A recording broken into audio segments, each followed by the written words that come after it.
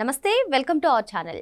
జగన్మోహన్ రెడ్డి హయాంలో డ్రైవర్ సుబ్రహ్మణ్యం హత్య కేసుకు సంబంధించి ఈ కేసు కీలక దశలో ఉన్నటువంటి సమయంలో ఎమ్మెల్సీ అనంతబాబు సాక్షులను బెదిరించడం కానివ్వండి, తనకు అనుకూలంగా సాక్ష్యం చెప్పాలి అంటూ ఆయన బెదిరించడాన్ని ఎలా చూడాలి? మరి ప్రస్తుతం చూసుకున్నట్లయితే ఆయన పరారీలో ఉన్నారు. ఏ క్షణమైనా అరెస్ట్ అయ్యే అవకాశాలు కూడా ఎక్కువగా కనిపిస్తున్నాయి. మరి అసలు ఏం జరగబోతుంది తెలుసుకునే ప్రయత్నం చేద్దాం. దీన్ని విశ్లేషించడానికి మనతో పాటుగా ఉన్నారు ఏపీ కమ్మ కార్పొరేషన్ డైరెక్టర్ అరిసిమెల్లి శ్రీనివాస్ గారు. నమస్తే సార్. నమస్కారం సార్. డ్రైవర్ సుబ్రహ్మణ్యం హత్య కేసు చాలా కీలక దశలో ఉన్నటువంటి సమయంలో డబ్బుకు లోబరుచుకుని సాక్ష్యాలు నాకు అనుకూలంగా చెప్పాలి అంటూ ఎమ్మెల్సీ అనంతబాబు చేసినటువంటి ప్రతిపాదనను ఏ విధంగా చూడాలంటారు? మరి ఈ ఘటన బయటకు రాగానే ఆయన పరారీ అవ్వడం, మరి ఏ క్షణమైనా కూడా అరెస్ట్ అయ్యే అవకాశాలు కనిపిస్తుంది. పోలీసులు కూడా ముమ్మరంగా గాలింపు చర్యలు చేపడుతున్నారు. అసలు ఈ బెదిరించడాన్ని, లోబరుచుకోవడాన్ని ఎలా చూడాలంటారు? ఇప్పుడు ఏమవుద్దంటే, చట్టం ఇటువంటి వాళ్ళ పట్ల కొంచెం ఉదాసీనంగా వ్యవహరిస్తే ఈ రకమైన బరితెగింపు ఎక్కువైపోతుంది. దీనివల్ల ఎవడైతే బలహీనుడు ఉంటాడో, కులంతో సంబంధం లేదు, ఎవరైతే పరపతి లేకుండా, డబ్బు లేకుండా, వాళ్ళ బలహీనుల మీద ఈ దౌర్జన్యాలు, మనం దౌర్జన్యం చేయొచ్చు, మనల్ని ఎవడు అడిగేవాడు ఉండడు, చట్టం కూడా మనల్ని ఏమి చేయదు అనేటువంటిది బలపడిపోద్ది. అంటే వ్యవస్థల పట్ల గౌరవం తగ్గుద్ది, వాళ్ళకి చులకన భావం ఏర్పడుద్ది. ఇలాంటి నేరాలు తెగబడి చేస్తారు. ఎవరికైనా సరే ఒక నేరం చేస్తున్నప్పుడు దీని పర్యవసానాలు తీవ్రంగా ఉంటాయన్న భయం ఉంటే నేరం చేసే ముందు ఒక క్షణం ఆలోచిస్తాడు. నేరం తాలూకు తీవ్రత తగ్గుద్ది దానివల్ల. ఏ భయంలో చూసుకో, మనం ఉన్నాం, నీకేం పర్లేదని మనల్ని ఎవడన్నా చెప్పడానికి మనం ముందుకు వెళ్తాం. అలా కాకుండానే మనం కొంచెం తటపడాయిస్తున్నాం ఏదైనా తప్పు చేయడానికి, తప్పు చేయకరా నీకు దెబ్బ అయిపోతావు అని ఎవడన్నా చెప్తే ఆగిపోతాం. ఏదైనా తప్పు అని చిన్నప్పుడే కాపీ కొడుతున్నప్పుడు వెరీ సింపుల్, చిన్నపిల్లవాడైనా లేకపోతే చదువుకుని చిన్నపిల్లలైనా పెద్దపిల్లలైనా లేకపోతే నేరాలు చేసి కూడా ఎవడైనా సరే నీ జీవితంలో నువ్వు చూసి కాపీ కొడుతున్నావు అనుకో, ఎత్తటోడి పేపర్ నుంచి మీరు అలా చూసి కాపీ కొడితే ఇద్దరు పేపర్లు చింపేస్తాం, ఇద్దరికే ఇచ్చేసేస్తాం, డివార్ చేస్తాం అన్నారనుకో, చూపించి కూడా చూపించడం మానేస్తాడో, చూసి కాపీ కొట్టుడు ఎందుకు వచ్చిన కూడా అని ఆగుతాడు. ఓ భయం ఉంటుంది. లేదా మీ ఇష్టం రాసేసుకుంటారు అన్నారనుకో, అవతలోడు రాసిన పేపర్ రాసినట్టు ఆ నెంబర్తో సహా చేసేస్తాడు. ఇక్కడ ఆ దిద్ది కూడా తలపడి వచ్చాడు, దిద్దేట్రా బాబు ఒకే నెంబర్ మీద 2 పేపర్లు వచ్చినాయి అంటే అంత బరిది. చిన్నపిల్లలైనా సరే, పిల్లలకు తెలియకో తెలుసో వాళ్ళు ఒక నిప్పుని ముట్టుకోవడమో లేకపోతే చిన్న ప్రమాదంలోకి వెళ్ళబోతున్నారనుకో, వద్దు ఆగు అక్కడ ప్రమాదం అన్నారనుకో, ఒక క్షణం ఆగుతాడు. అవసరమైతే భయపెట్టాలి కూడా. తప్పు నువ్వు అది చేస్తే నీకు ఇబ్బంది వచ్చేస్తుంది, బూచోడు ఎత్తుకుపోతాడని భయపెట్టినా తప్పులేదు. లేదో కొంతమంది ఏంటి, వాళ్ళకి భయం పెట్టకూడదు చిన్నప్పటి నుంచి, ముందుకు పోనేవాళ్ళన్నట్టు వెళ్ళి పర్లేదంటే గోడ దూకి వెళ్ళిపోతాడు. అది దుస్సాహసం అయిపోతుంది. ఇలాగనమాట ఈ నేరాలు చేసేవాడు కూడా అంతే. మీకు అందుకనే ఒక నానుడు ఉంటుంది, తోటకూర దొంగిలించిన నాడే మందలించుంటే ఇంత గజ దొంగ నవ్వకపోదును నాకు ఉరి తీయకపోదురు అంటాడు సినిమాలో కూడా.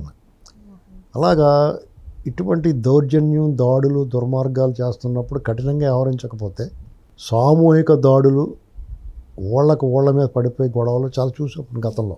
రకరకాలుగా బలహీనుల మీద బలవంతులు దాడి, అలాగే బలవంతుల మీద కూడా బలహీనులు కూడా దాడి చేస్తున్నారు. ఇప్పుడు బలవంతులు అనుకున్న వాళ్ళ మీద కూడా బలహీనులు దాడి చేస్తున్నారు. ఇటువంటి అన్నిటిని అరికట్టాలంటే ఎక్కడికక్కడ మొగ్గలను తుంచేయాలి. దురదృష్టవశాత్తు అనంతబాబుకి ఆ రకంగా ఎవరో చెప్పేవాళ్ళు లేరు. అతనికి ఎదురులేని తిరుగులేని ఒక సామ్రాజ్యం ఉంది ఏజెన్సీలో. వాళ్ళ నాన్నగారు కూడా అక్కడే ఉన్నారు. వాళ్ళ నాన్నగారు కూడా దుర్మరణం పాలే అయ్యాడు. ఆయన ఎవరో చంపేశారు. మెల్లగా అతను అక్కడ పాతుకుపోయి అక్కడ ఒక డాన్గా మారిపోయాడు. అతను అన్ని రకాల ఇల్లీగల్ యాక్టివిటీస్లో అతనికి హస్తం ఉంటుంది.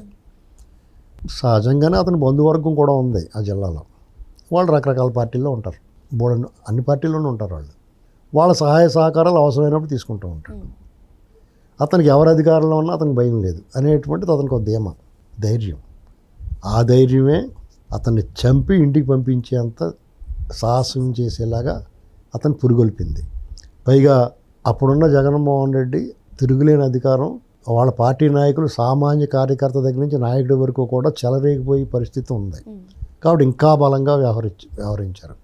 పైగా అతను గంజాయి ఇలాంటి రకరకాల ఇలీగల్ యాక్టివిటీస్లో డాన్గా పేరు పొంది జగన్మోహన్ రెడ్డి కావాల్సిన మూటలు పంపిస్తుంటే జగన్కి అలాంటి అంటే ఇష్టంగా ఉంటుంది, ముద్దెట్టేసుకుంటాడు వాళ్ళు. అదే టీడీపీలో అయితే మందలిస్తారు, ఆడు మన జోలు మన పక్కన ఫోటో దించుకుంటాం కూడా ఆలోచిస్తారు వీళ్ళు. ఇలాంటి పరిస్థితుల్లో అతను ఆ రకమైన బరిదిగింపు కారణం ఏంటంటే ప్రభుత్వ పరంగా, రాజకీయ పార్టీల పరంగా, బంధుత్వం వల్ల కానీ, డబ్బు వల్ల కానీ, ఏదైనా కారణం చేత అతను తిరుగులేని వ్యక్తిగా, శక్తిగా మారాడు. పెట్ట కొంచెం కోతగనం, వయసులో చిన్నవాడైనా కానీ అతను నిలబెట్టిన వాళ్ళే ఎమ్మెల్యే, అతను సపోర్ట్ చేసిన వాళ్ళే ఎమ్మెల్యే, అతను ఎవరిని అనుకుంటే వాళ్ళు ఎమ్మెల్యే అయ్యారు అక్కడ.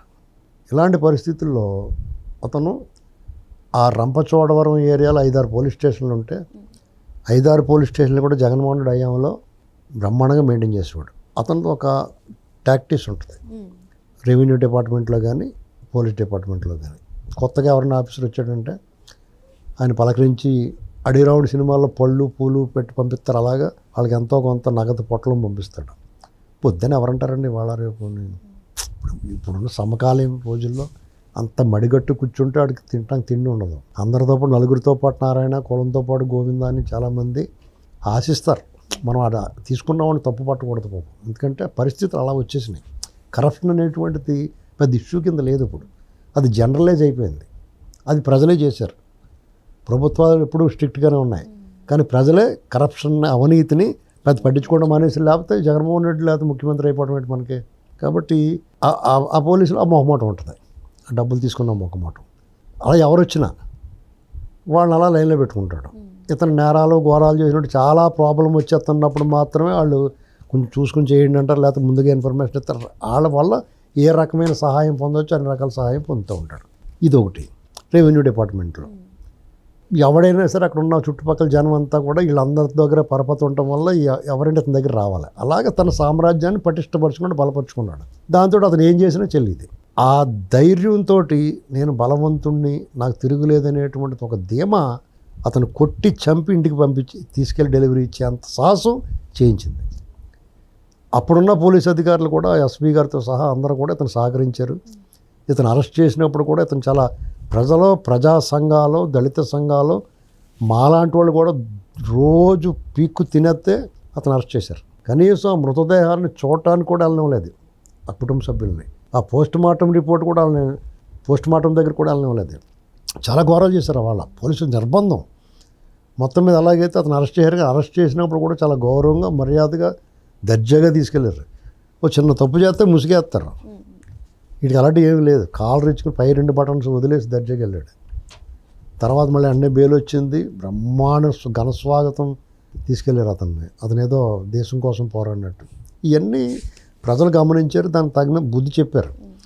ఇవాళ ప్రభుత్వం మారిన తర్వాత కూడా అతనికి సరైన శిక్ష పడలేదనేటువంటి, కానీ అతనికి ఎంత మద్దతు ఉన్న అన్ని వైపుల నుంచి ఎవరో ఒక లాయర్, ముప్పాళ్ళ సుబ్బారావు గారిని ఒక లాయర్ ఈ కేసు మళ్ళీ తిరగతోడాడు. డ్రైవర్ సుబ్రహ్మణ్యం తరపున మళ్ళా బుక్ అయ్యాడు అతను. కొత్తగా విషయం ఏం బయటపడిందంటే వాళ్ళ మిస్సెస్, ఆవిడ పాత్ర బయటకు వచ్చింది. ఆవిడని కూడా ఆవిడ పరారులోకి వెళ్ళింది. ఇతను కౌన్సిల్లో ఉండగానే విషయం తెలిసి పరారులోకి వెళ్ళిపోయారు. తర్వాత ఇతను ఆల్రెడీ బెయిల్ మీద ఉన్నాడు కాబట్టి ఇతనికి పెద్ద ప్రమాదం రాలేదు. కోర్టులు కూడా వెంటనే బెయిల్ రద్దు చేయాలి, మరి ఎందుకు చేయలేదో తెలియదు. ఆవిడకి ముందస్తు బెయిల్ రిజెక్ట్ చేశారు. లొంగిపోమని చెప్పారు, వచ్చి లొంగిపోయింది. ఏదో మాట్లాడుకుని తర్వాత లొంగిపోయింది. రిమాండ్ వేశారు, తర్వాత బెయిల్ వచ్చింది. బెయిల్ కండిషన్ బెయిల్స్ ఇస్తారు ఇటువంటి వాటిని. సాక్షులను ప్రభావితం చేయకూడదు, మీరు చాలా జాగ్రత్తగా ఉండండి. కానీ ఇవాళ సాక్షులను ప్రభావితం చేస్తున్నారు, సాక్షులను బెదిరిస్తున్నారో, డబ్బులు ఇచ్చి కొనడానికి ప్రయత్నం చేస్తారు. ఈ సుబ్రహ్మణ్యం స్నేహితులు మెచ్చుకోవాలి. వాళ్ళే దీన్ని పట్టుకుని వాళ్ళే పోలీసులు కంప్లైంట్ ఇచ్చి ఇవాళ దీని సమస్యని ప్రజల ముందు తీసుకొచ్చారు, పోలీసు ముందు తీసుకొచ్చారు. కాకినాడ ఎస్పీ చాలా గట్టోడు. అతను మరి ఆయన ఏం చేస్తాడో చూడాలి. తను అరెస్ట్ చేయాలి, అనంతబాబుని అరెస్ట్ చేయాలి, వాళ్ళ మిసెస్ని అరెస్ట్ చేయాలి, వాళ్ళు బెయిల్ రద్దు చేయాలి, వాళ్ళు రిమాండ్లో ఉంచాలి. కేసు తెలియ వరకు బయటకు వదలకూడదు. వాళ్ళు ఎప్పుడు బయటకు వదిలి ఈ కేసుని తారుమారు చేయడానికి, ఎందుకంటే వాళ్ళకి అన్ని పార్టీలు, అధికార పార్టీలో కూడా వాళ్ళ బంధువర్గం ఉంది. వాళ్ళు చేస్తారని కాదు, ఏం చెప్తాం సార్. అయితే ఈ ఒక్క కేసే కాదు సార్, అసలు వైసీపీ కీలక నేతలపైన కానివ్వండి, ఎవరిపైనైనా ఒక అభియోగం వస్తే ఆ కేసుకు సంబంధించి ప్రతి ఒక్క దాంట్లో కూడా సాక్షులను ప్రభావితం చేస్తూ ఉన్నారు. ఇలా దీన్ని ఎలా చూడాలి అంటారు అసలు? అందుకనే వాళ్ళు బెయిల్ ఇచ్చిన వాళ్ళు ఇలాంటివి బయటకు వచ్చిన వెంటనే వాళ్ళు బెయిల్ రద్దు చేస్తే వాళ్ళకి అంత జాగ్రత్త పడతారు. ఇలాంటి సాక్షులను ప్రభావితం చేసే అంశాల్లో వాళ్ళు ఒళ్ళు దగ్గర పెట్టి వ్యవహరిస్తారు. ఏమైనా వాళ్ళు నేరస్తులండి, భయంకరమైన నేరస్తులు. వాళ్ళు ఆరితేరిపోయి ఉన్నారు నేరాల్లో. జగన్మోహన్ రెడ్డి ఫుల్ ట్రైనింగ్ విజయసాయిరెడ్డి ఇప్పుడు చుక్క రామయ్య గారు మన ఐఐటి వాటికి ఎలా కోచింగ్ ఇస్తాడో ఇలాంటి దొంగతనాలకి ఇలాంటి సాక్షులు మ్యానిపులేట్ చేయడానికి వ్యవస్థలు మ్యానిపులేట్ చేయడానికి వీళ్ళొక ఇన్స్టిట్యూట్ ఉంది వీళ్ళకి. దాని ప్రిన్సిపల్ ఎవరంటే విజయసాయిరెడ్డి. అందులో మొదటి స్టూడెంట్ జగన్మోహన్ రెడ్డి. అర్థమైందా? కాబట్టి వాళ్ళు ఇందులో ఆరితేరిన వాళ్ళు. వాళ్ళతో డీల్ చేసినప్పుడు వ్యవస్థలోని అధికారులు కూడా ఆ కోణంలో ఆలోచించాలి. ఊరికే సాధారణంగా జనరల్గా దర్యాప్తు చేసి వాళ్ళు కేసు కట్టి అమ్మాయి అయిపోయింది అనుకుంటూ దొబ్బదాం. వాళ్ళు తర్వాత కూడా మేనేజ్ చేస్తారు. ఎక్కడెక్కడి నుంచో దింపేస్తారు, పారాచూట్లు వేసి దిగేస్తారు లాయర్లు గట్టండి. కాబట్టి దానికి తగ్గట్టుగా వాళ్ళు వ్యవహరించి కేసు సాల్వ్. ఇప్పుడు అధికారులు కూడా కేసు సాల్వ్ చేస్తే వాళ్ళకి ఒక ఆత్మతృప్తి ఉంటుంది. డ్యూటీ చేస్తున్నాం, ప్రజల తరపున మనం డ్యూటీ చేస్తున్నాం, ప్రజలను కాపాడుతున్నాం ప్రజాస్వామ్యంలో అనుకున్న వాళ్ళకి ఏమవుద్దంటే ఆ రకమైన ఆలోచన ఉన్నప్పుడు వాళ్ళకి ఒక తృప్తి లభిస్తుంది. దానికోసం వాళ్ళు పనిచేయాలి. ఓకే సార్, మరో అంశంతో మళ్ళీ కలుద్దాం. Thank you sir. నమస్తే.